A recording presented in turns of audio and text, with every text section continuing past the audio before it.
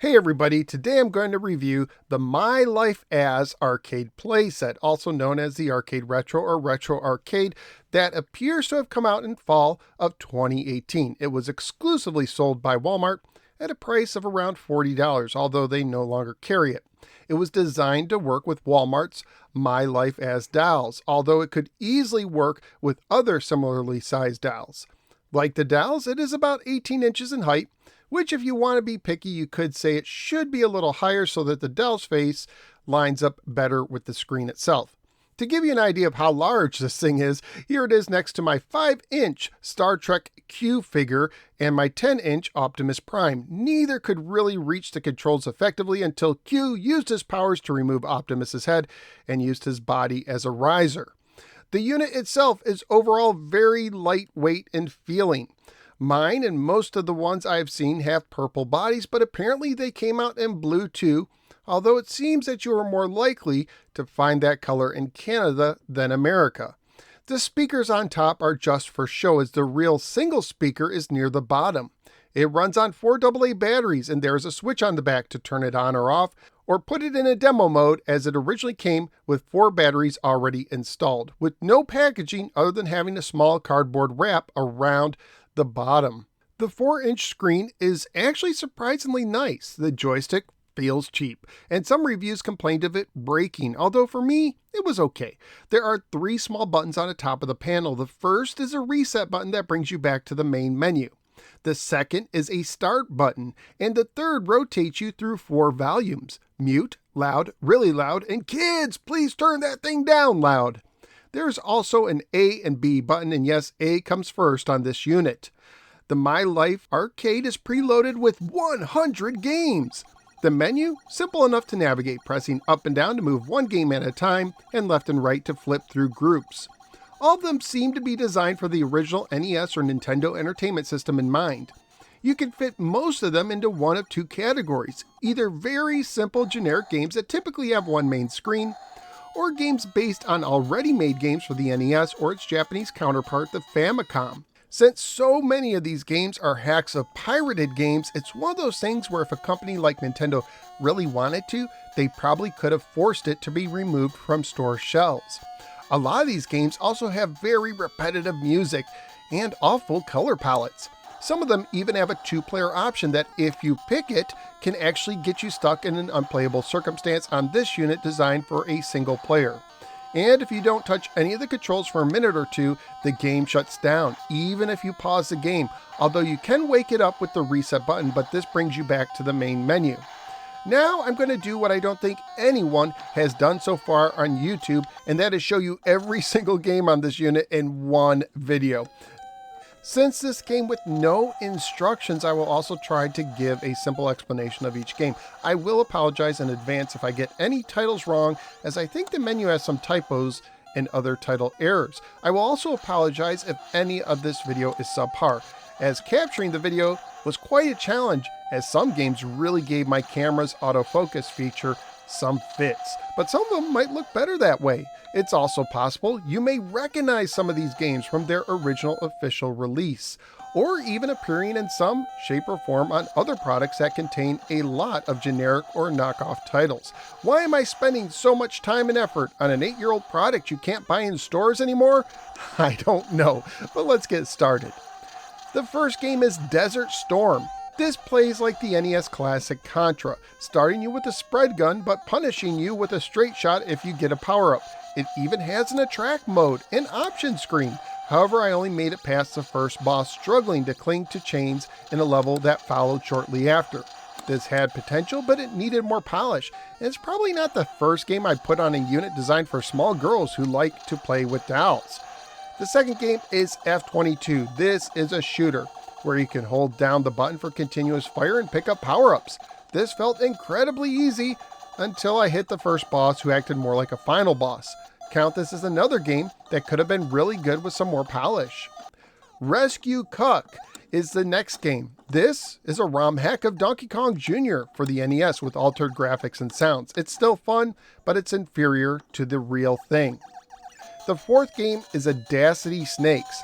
This is a basic game of Snake where you try to eat apples, that make you grow without crashing into anything. It plays okay, but I've never been a huge fan of this style of game. The fifth game is Highway Racing. This is a basic racing game where crashing into cars can send you off-road, losing time.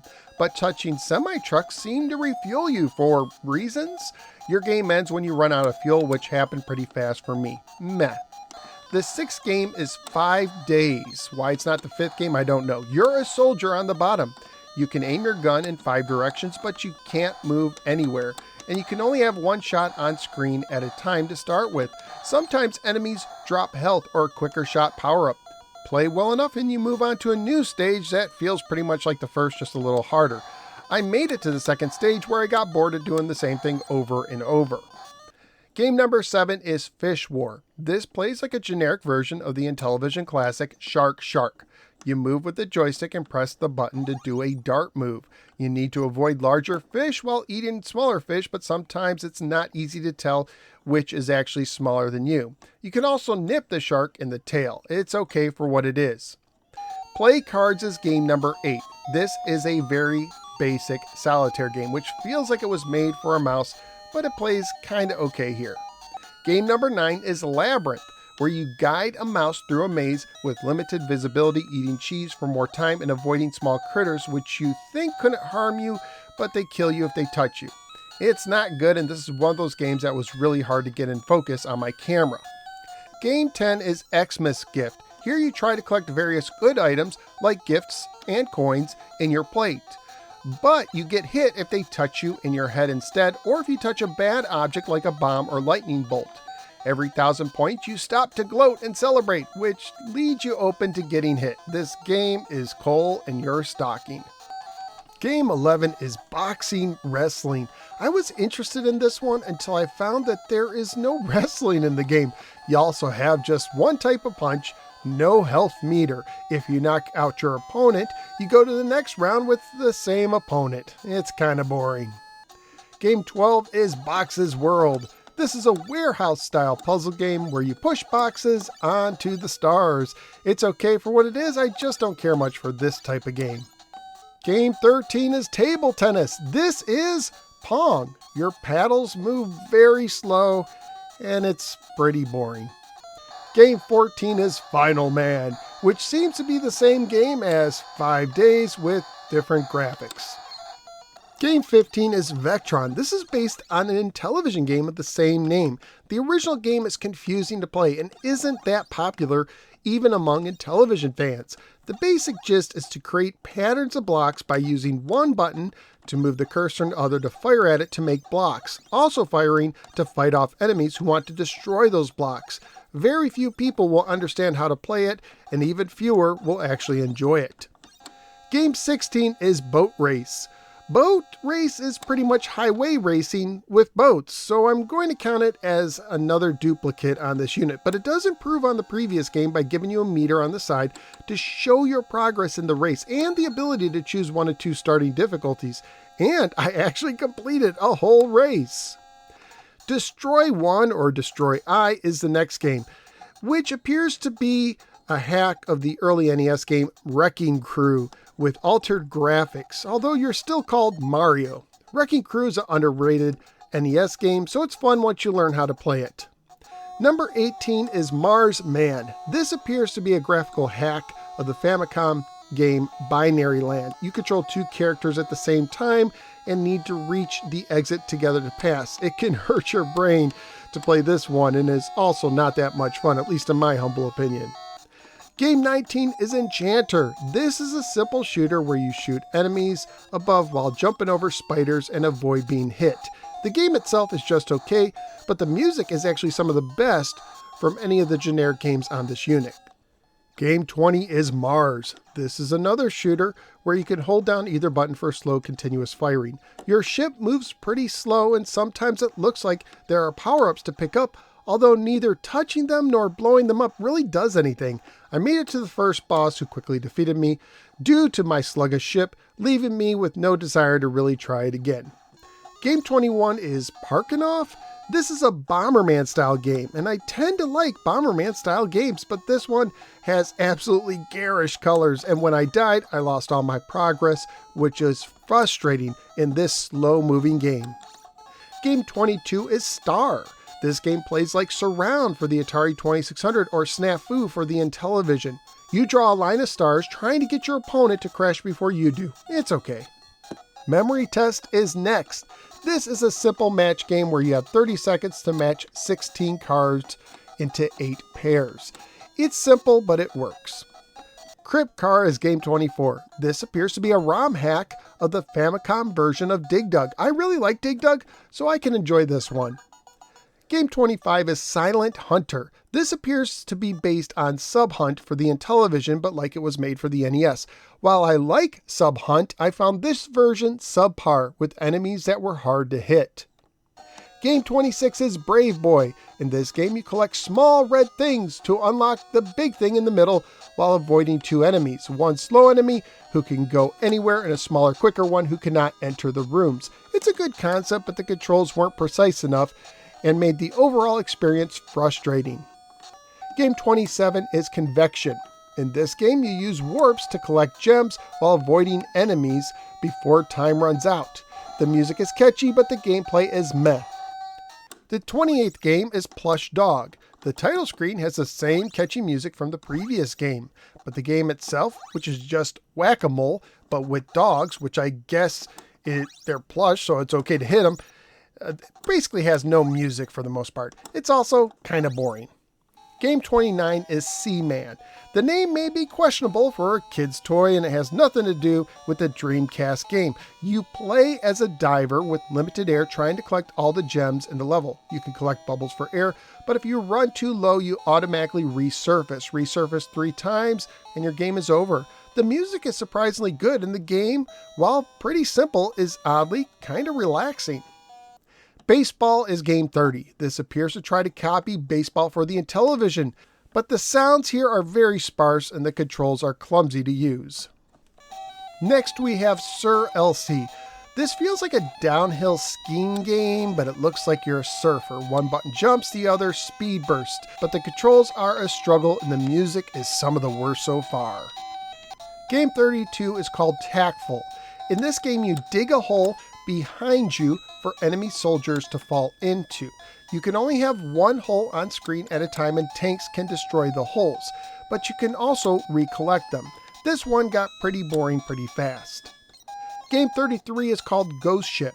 This appears to be a version of Battleship, but in space. It actually has a nice presentation, but the enemy has an ability to shoot special multi-shots. It looks like I should be able to do that too, but I couldn't figure out how. If I could, this game might be a real winner for me, but as it is, it feels a little bit broke. Game 34 is Shoot. This is skeet shooting from the NES version of Track and Field. Here, you shoot left targets with the D-pad and right targets with the buttons. It's fun, but it's kind of hard. So not only is this another pirated game, but it's also a single event from a pirated game. But it's not like they'd split up a pirated game into multiple games for this unit, right? Right? Way Out is game 35.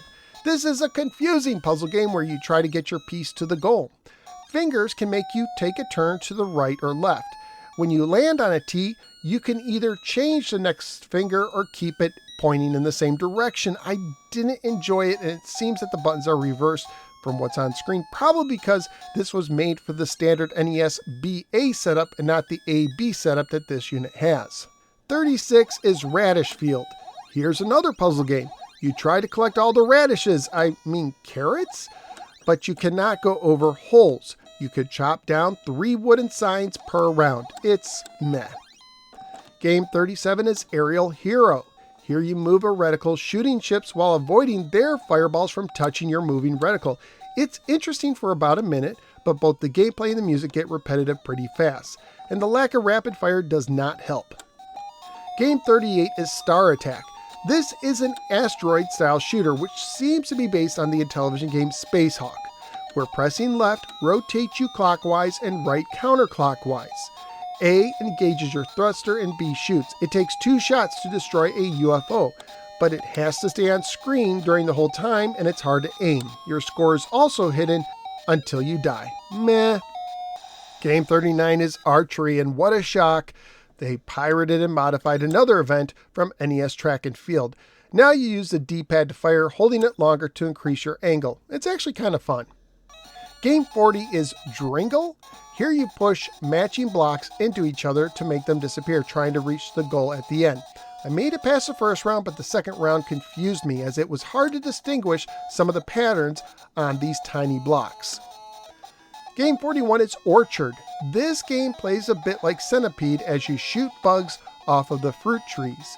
Do well and you start a new stage which looks and feels the same. I completed 2 stages and for an unknown reason, I got a game over in the middle of the 3rd stage.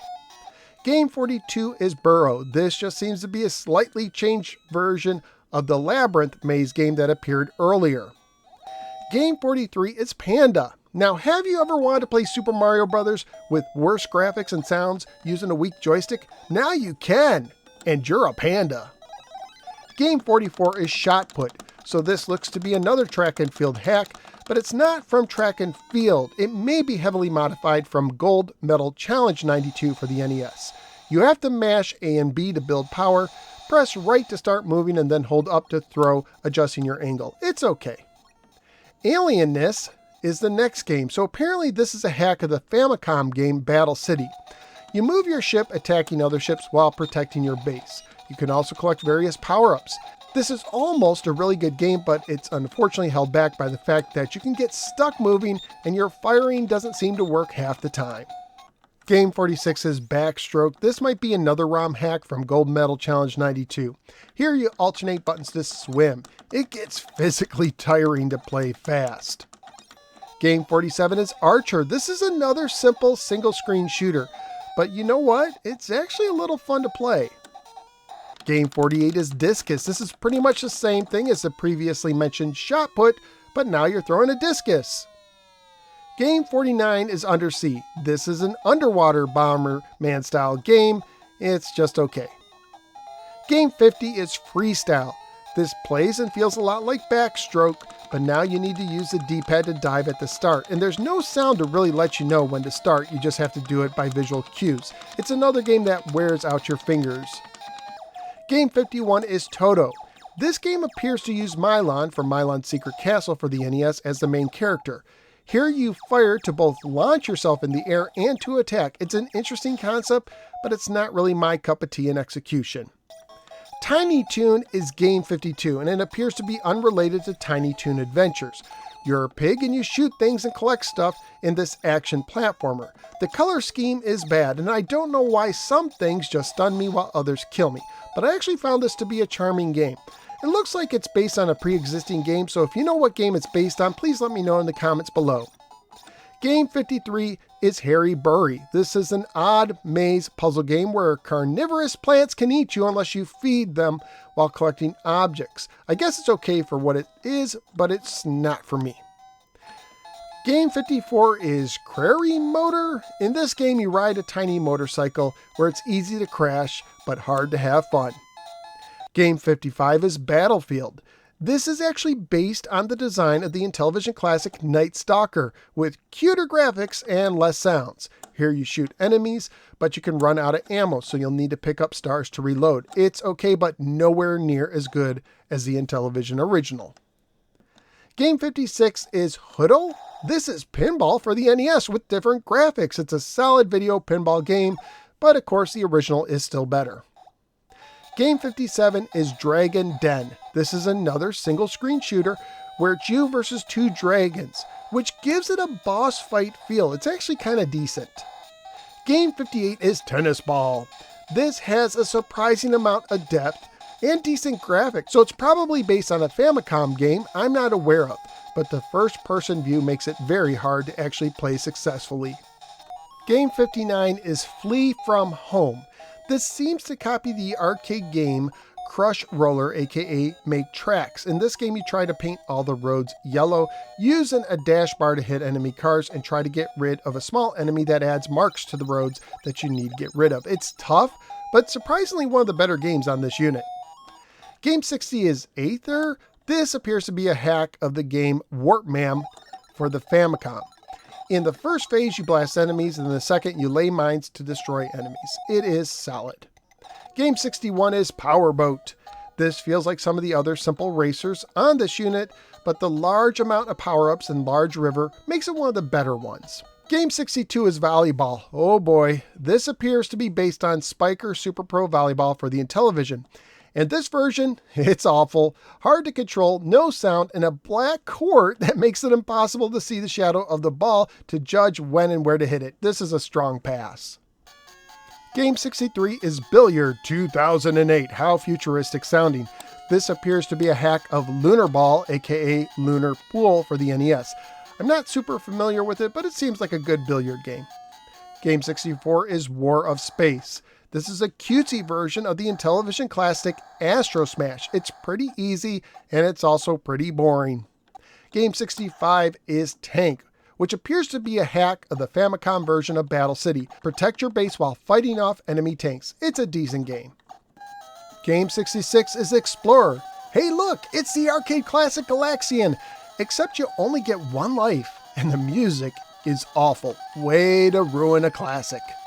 Game 67 is Firemen. Here you bounce a man to rescue people and put out the flames. The music is grating and you only get one life, but I ended up really enjoying this one. Game 68 is Dark Castle. This is based on one of my favorite games for the Intellivision, Thunder Castle, but unfortunately it's kind of butchered. The goal of the game is to touch the energizing items on each level to attack the baddies before your energizer runs out. The problem here is that the music does not change to let you know when you're energized or not. And one time I even walked off the map somehow. I can get some enjoyment out of this one because I like the original so much, but most players will probably not even understand how to play. Game 69 is Rocket Man. Here you use a rocket to jump up and down levels and blast enemies, but the controls are awful. Pass. Game 70 is Bitha. This is based on the arcade game Puyan. You fire arrows from the right, trying to keep the enemy at bay. It can be tough, but it can also be enjoyable. Game 71 is Galagan. This is another one of those single screen shooters. In this one, you're too big of a target and you're too slow, making it tough to enjoy. Game 72 is Bomb. This is based on the Famicom port of the arcade game Chack and Pop. You need to free balloons and escape by dropping bombs and climbing on ceilings. Personally, I'm not a big fan of this game. Game 73 is Blob Man. In this game, you play as Kool-Aid Man's cousin, apparently, trying to catch the drops that are the same color as you while avoiding other colors. It's boring. Game 74 is Bolt Action. This vertically scrolling shooter plays like some of the other scrolling shooters, but felt tougher and less fun.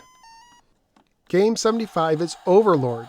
This single screen shooter was interesting when I had rapid fire, but then it seemed I ran out of bullets for no reason and had to rely on using the other button for single double shot firing. The floatiness is also weird, and being the same color of the background, it just hurts. Game 76 is Coast Guard.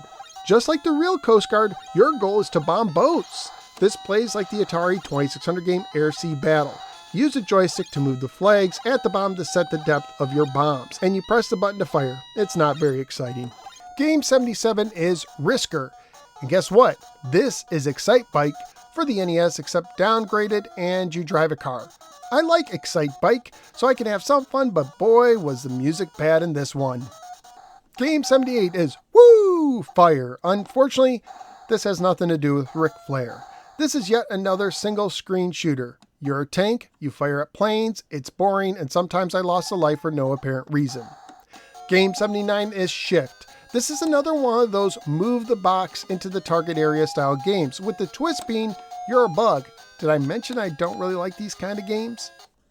Game 80 is IQ Champion. This might sound like a trivia game or something along those lines, but it's actually based on Buzz Bombers for the Intellivision. It's a shooter.